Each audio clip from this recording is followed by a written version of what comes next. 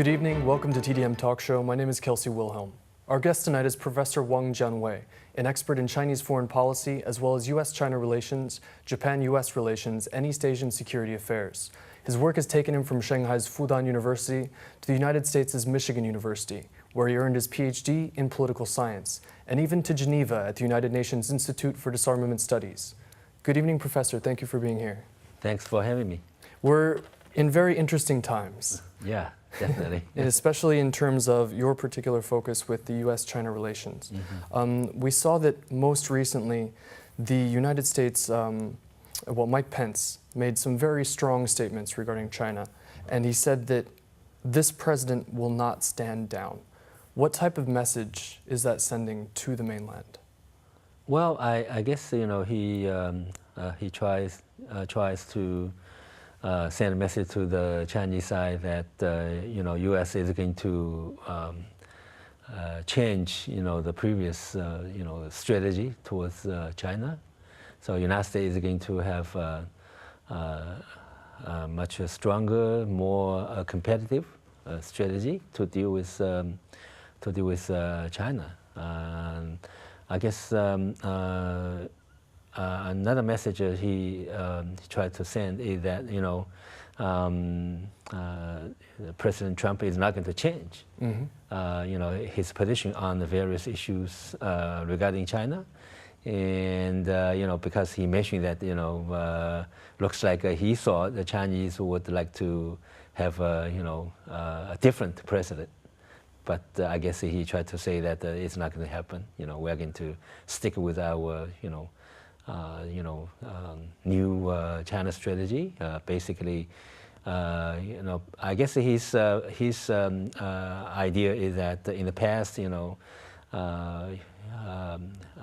U.S. government, the previous government, allowed China to take advantage of U.S. In various ways. So that's not going to it's not going to continue, and the U.S. is going to basically stop China from taking advantage of the U.S. and various areas. Yeah. And so far, I mean, we are in the middle of what was initially called trade tensions and trade escalations, but now the most widely used term is trade war. Is there a possibility to have a winner in something like this? Well, I guess as anyone who has the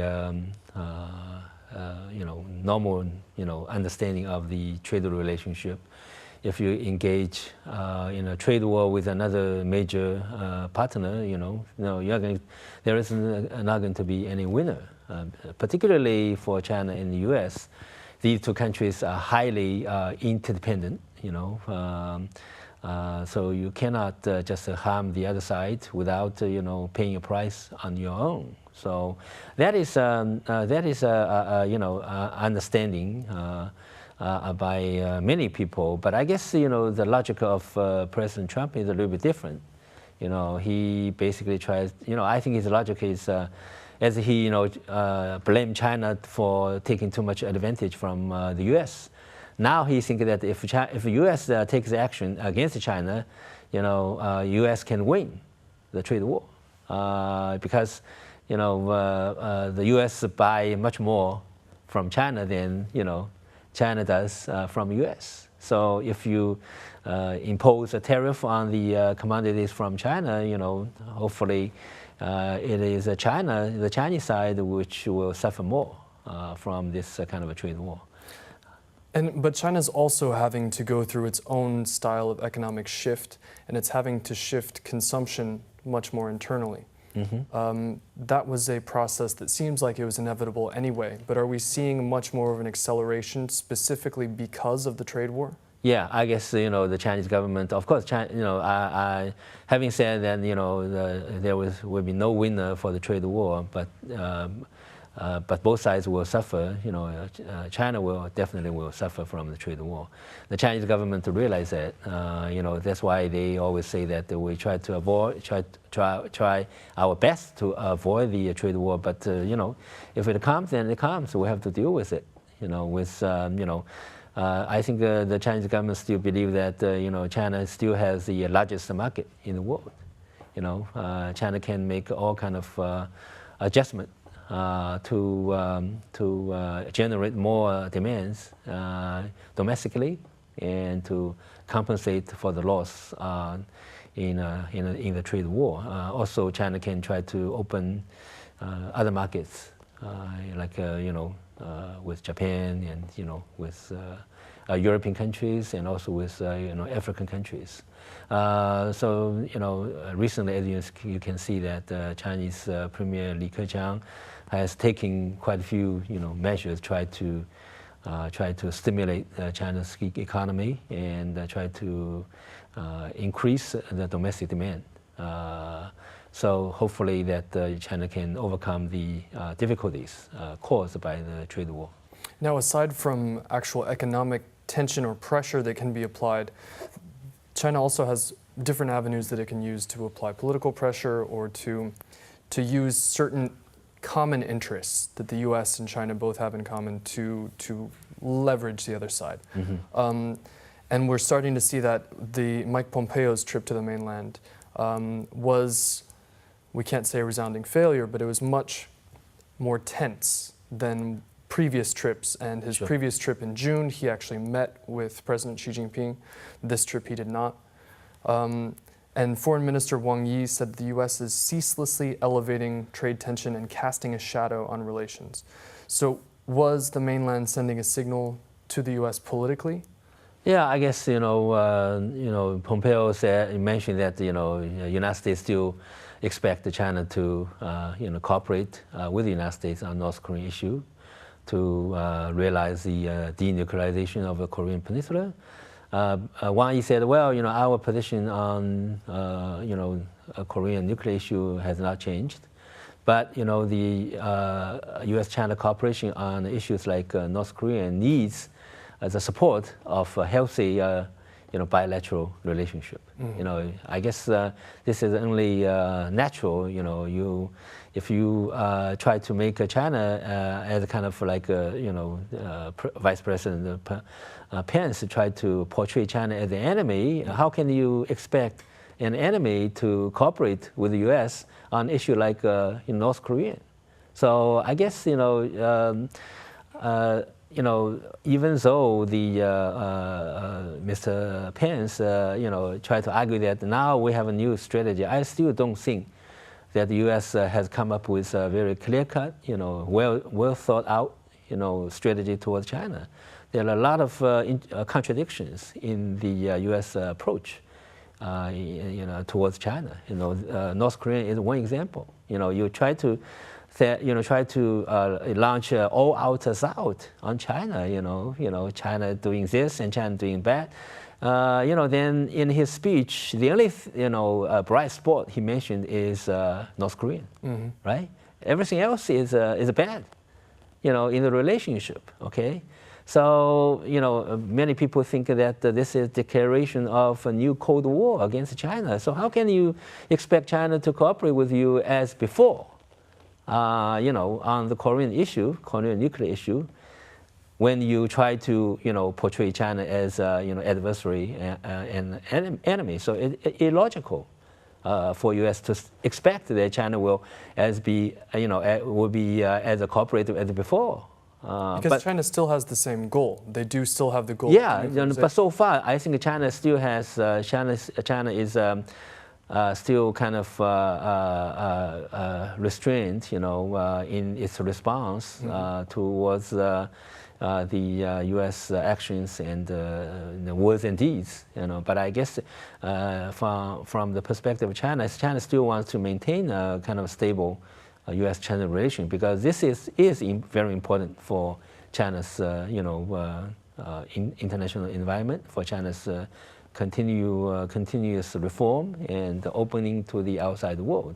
Well, Pompeo tried to argue that, well, it is the U.S. which rebuilt China for the last several decades. This is probably it is take too much credit for the U.S. I guess it is mainly the efforts by billions of Chinese people to achieve the economic development. Yes, well, I mean, the foreign direct investment has not only been from the United States. That's right. And the U.S. was seeking its own economic interests while advancing in China. Yeah, but you know, if you say that, well, you know, U.S. China took advantage of the U.S., basically you try to say that all the American companies are idiots, right? Why should you go to China in such a way, you know, try to invest in China if you don't make a profits? If you don't get benefits from, you know, doing business with Chinese, with the Chinese side, it doesn't, you know, make sense. But having said that, I still think that U.S. is important for China's further development. If the United States is determined to block China's rise, China's development, that will create a whole lot of difficulties for the Chinese side. That's true, but I guess, you know, that, you know, as I mentioned earlier, that you know, that might, you know, make China's time very difficult, but it will also bring damage to the U.S. side as well. Yeah. Yes, and we're talking about damages that we might not see within the next 3 to 5 years, but maybe 10 years' time. In terms of actual avenues that can be used aside from political and economic, that only leaves one main option, which is military force. The United States is known for being, let's say, the police of the world so far, for choosing to go out and use its military very visibly and very often. Now, the mainland does not seem to be using that approach so much. It seems to be using more soft power, using more economic trade-offs. But we did recently see within Djibouti the first Chinese People's Liberation Army overseas military base. In terms of security, in terms of military presence, is this a sign, or is this merely setting up one base? Well, I think that, you know, it used to be China's policy that that China will not send even one single soldier onto the soil of another country. This is a policy during the Mao period. You know, we're not because we're against, you know, the military bases by the United States and other countries on foreign countries. But I guess, you know, China's perception on that issue has been evolving. I guess now with the increase of China's global interest, sometimes you do need, you know, the support of facilities overseas for China's military, you know, economic, you know, engagement with other countries. You know, the example you mentioned, the Djibouti, is a kind of you can say exception or breakthrough in terms of you know, setting up you know, kind of military bases overseas. But I guess, you know, this you know, the base in Djibouti is basically for the China's you know, mission to anti-piracy mission in you know, in the Indian Ocean, and I think that largely for that kind of purposes, because you need you know, the support of supplies to the Chinese fleets operating in the area. So far, China does not call this base as a military base. It's a base of supply, you know, for Chinese. But having said that, I don't think that China has had a you know, new kind of strategy to follow the suit of the United States to, you know, establish military bases in all over the world. I don't think that's the case.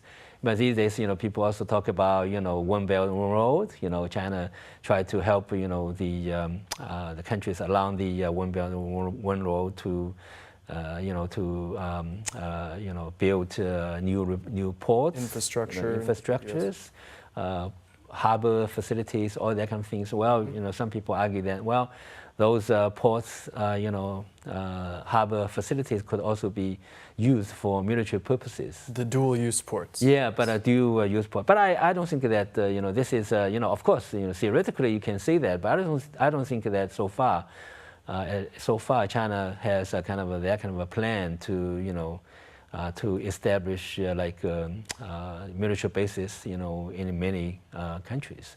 I don't think that's a Chinese strategy, because it will cost a lot of resources, and also I guess it's kind of against China's traditional policy not to occupy the territorials of foreign countries.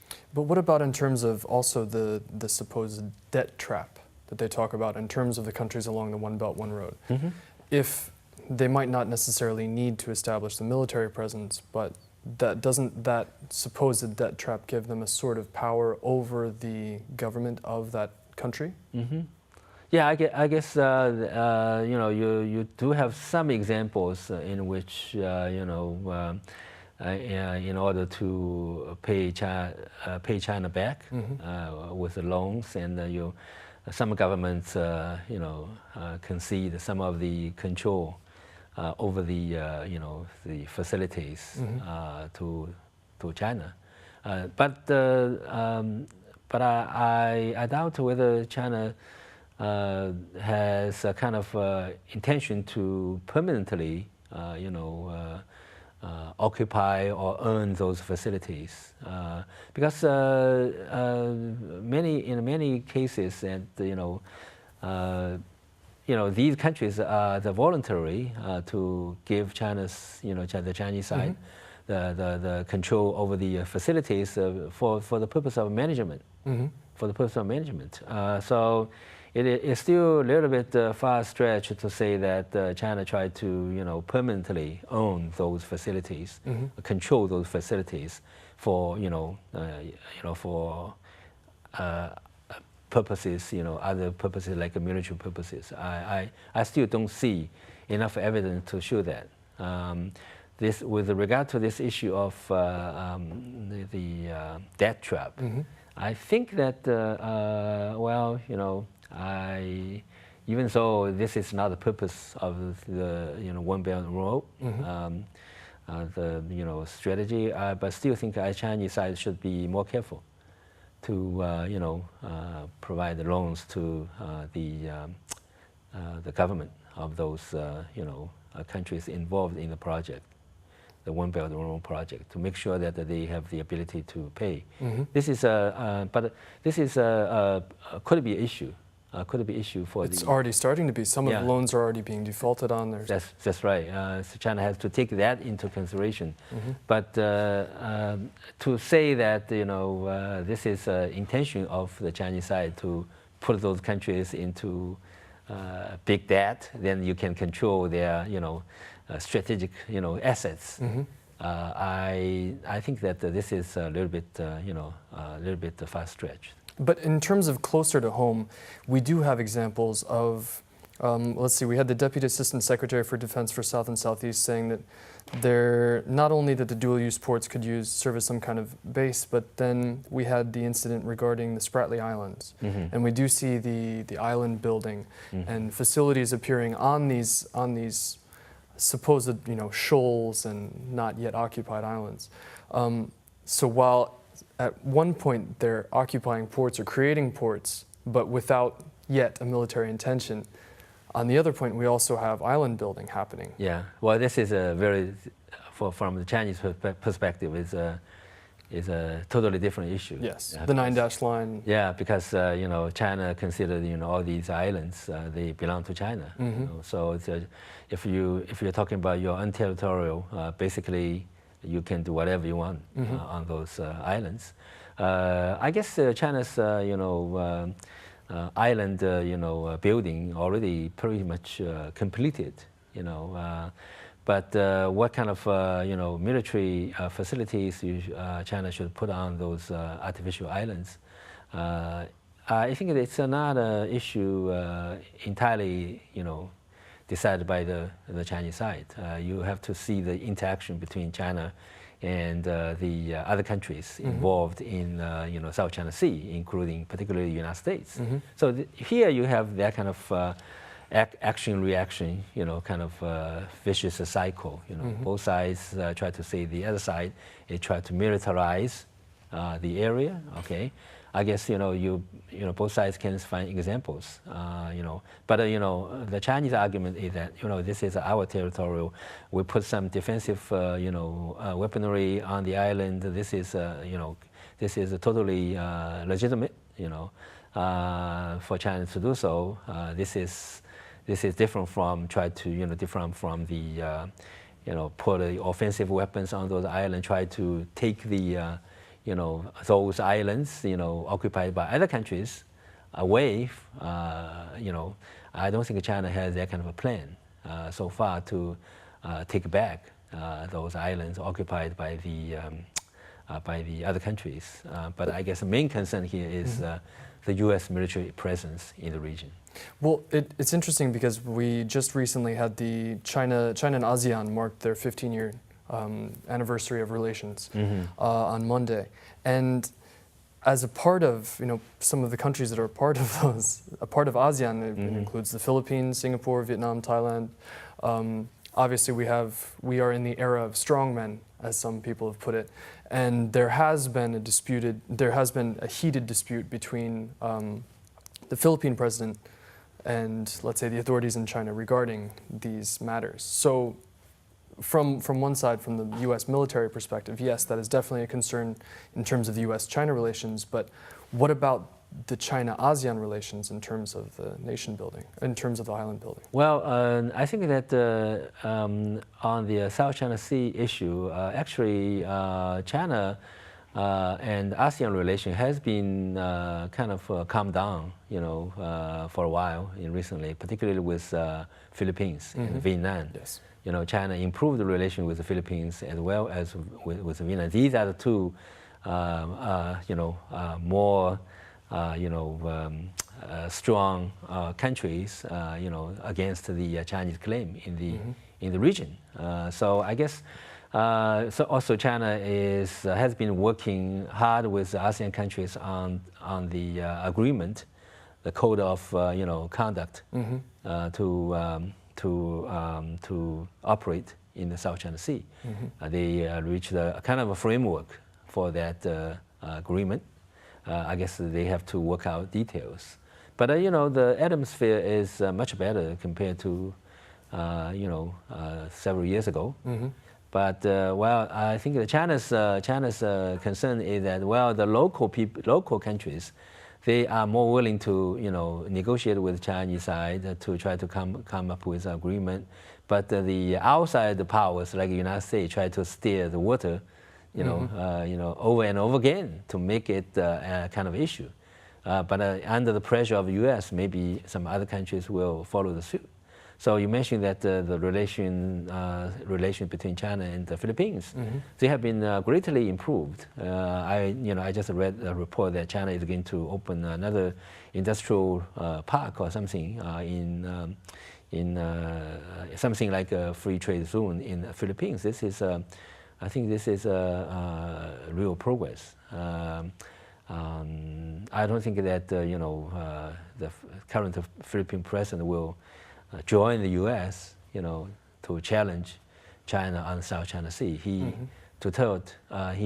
said repeatedly that he's not going to challenge China. Yeah. But he's not going to be in power forever. True. So he will step down sooner or later. Whether that kind of relationship could last. It's with a new government, you often see that kind of situation with a new government. China's tie with those countries could change again. Could change again. But I guess, like we saw with the U.S. Yes. With a new government, then things could go from better to worse, or the other way around. Yeah. So this is a challenge for China to deal with. Those democratic elections in those countries. In terms of Macau underwent a very pronounced slump in revenue, specifically from the gaming sector, largely because of the corruption crackdown put into place after President Xi Jinping, General Secretary Xi Jinping came into place. Now, recently we saw a very international example of how that is still ongoing. the anti-corruption crackdown is still ongoing. The Interpol chief Meng Hongwei has been accused of bribe taking. Do you see that action and the way that it happened as a part of the normal anti-corruption crackdown, the scope of how it's been carried out so far, or are there wider implications? Yeah, this case, of course, I don't know much about the details, of the case. The Chinese government did not review the details. So I'm sure this is a part of the anti-corruption campaign, where she, pretty much emphasized that, this campaign is ongoing campaign. We never stop as long as there is corruptions. But whether the case could be handled in a more smooth way, instead of being, big news in international media, then his wife reported to the French authorities. French police, yeah. Well, this, particularly in this, sensitive time, I don't think the Chinese government need another controversial issue in international news. But I don't know the circumstances under which, this incident happened. There might be some, urgent, situation that, he has to be, arrested, detained, even before he arrived in, back in China. That is something I don't know. But I guess the anti-corruption campaign, itself, I think received a positive reaction from the international communities. But sometimes, the way some specific cases are handled could have a negative reaction from the international community. This is something that the Chinese government sometimes had, they should be aware that now China is definitely the world power.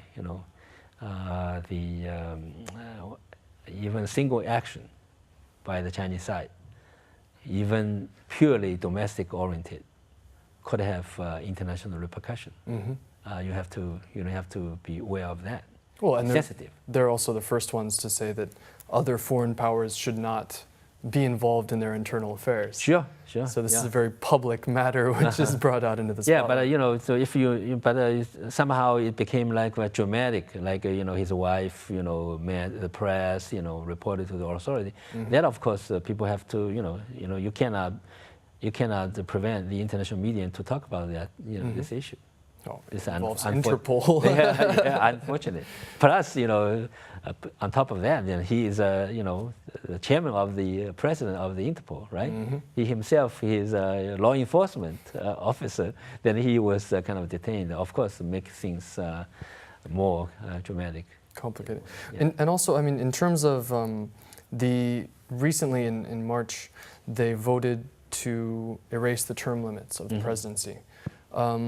But last year, sorry, my apologies. So do you think that this will mean that we will have the General Secretary for an indefinite period of time? Do you think that there is a term limit that maybe President Xi himself has set? Well, this term limit issue, I think that caused a lot of discussions, not just by the international community, but also by the many Chinese themselves. You have different opinions on that. Some people argue this is correct step. China needs more stability in its politics. Very often, if you can only serve 2 terms, then you don't have enough time to finish your job. Like, that's why, this is a kind of a trend, and not just in China, but also in many other countries, right? Quite a few other countries like Russia, Russia, and also Japan. The Prime Minister Abe has been in power, for almost like 10 years. So he's going to be there for another 3 years. He's going to be the longest Prime Minister in the post-war Japan, right? So, so some people argue that Also, because China is in a critical moment of its development. China is in a process of rising, and this is a critical moment for the next 5 to 10 years. So we need a strong leader. Okay, we need a strong leader to steer the country through the ups and downs. But other people argue that this is probably not the wise step, because this is a system has been established by the previous leaders.